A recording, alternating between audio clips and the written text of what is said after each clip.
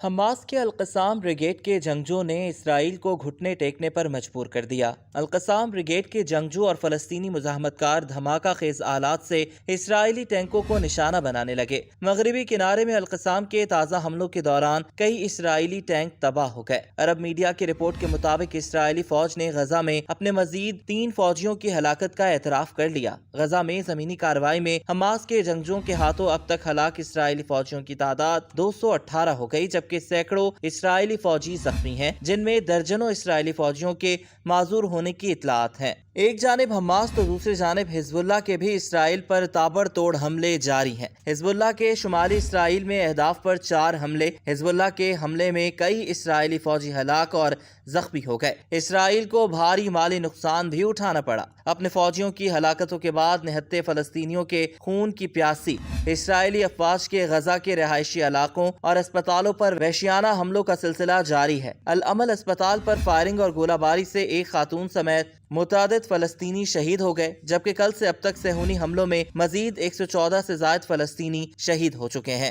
مقبوضہ مغربی کنارے میں بھی اسرائیلی فوج کی جارحانہ کارروائیوں میں کوئی کمی نہیں آ سکی۔ صہیونی افواج نے اسپتال میں زخمیوں کو بھی نہیں بخشا اور طبی عملے کے بھیس میں اسپتال میں گھس کر فائرنگ کر کے 3 فلسطینی نوجوانوں کو شہید کر دیا، جبکہ اسرائیل سے ملنے والی 100 نامعلوم فلسطینیوں کی لاشوں کو اجتماعی قبروں میں دفن کر دیا گیا۔ واضح رہے کہ غزہ میں 7 اکتوبر سے اب تک اسرائیلی حملوں میں شہید ہونے والے فلسطینیوں کی تعداد 27,121 سے تجاوز کر چکی ہے، جبکہ 65,636 سے زائد افراد زخمی ہو چکے۔ اسرائیل کے وحشیانہ حملوں اور بلا تفریق بمباری سے شہید اور زخمی ہونے والوں میں نصف سے زائد تعداد صرف بچوں اور خواتین پر مشتمل ہے۔ اس کے علاوہ اسرائیلی فوج نے مقبوضہ مغربی کنارے کے متعدد شہروں سے مزید 18 فلسطینیوں کو گرفتار کر لیا۔ فلسطینی اسیران کلب کے مطابق مقبوضہ مغربی کنارے میں 7 اکتوبر سے اب تک 6,390 فلسطینی گرفتار کیے جا چکے۔ دوسری جانب اسرائیل اور حماس کے درمیان ثالثوں کی جانب سے اسرائیلی یرغمالیوں کی رہائی کے لیے نئے معاہدے کی کوششوں کا سلسلہ بھی جاری ہے۔ حماس کا کہنا ہے کہ مجوزہ تجاویز کی قبولیت اسرائیلی جارحیت کے خاتمے اور قابض افواج کے انخلاء سے مشروط ہے۔ حماس کے پولیٹیکل بیورو کے سربراہ اسماعیل ہنیہ نے کہا کہ حماس کسی بھی سنجیدہ تجویز پر بات کرنے کے لیے تیار ہے۔ اسماعیل ہنیہ نے کہا کہ ہم اپنے قیدیوں کی رہائی کے لیے ضمانت چاہتے ہیں کہ اسرائیل دوبارہ گرفتار نہ کرے۔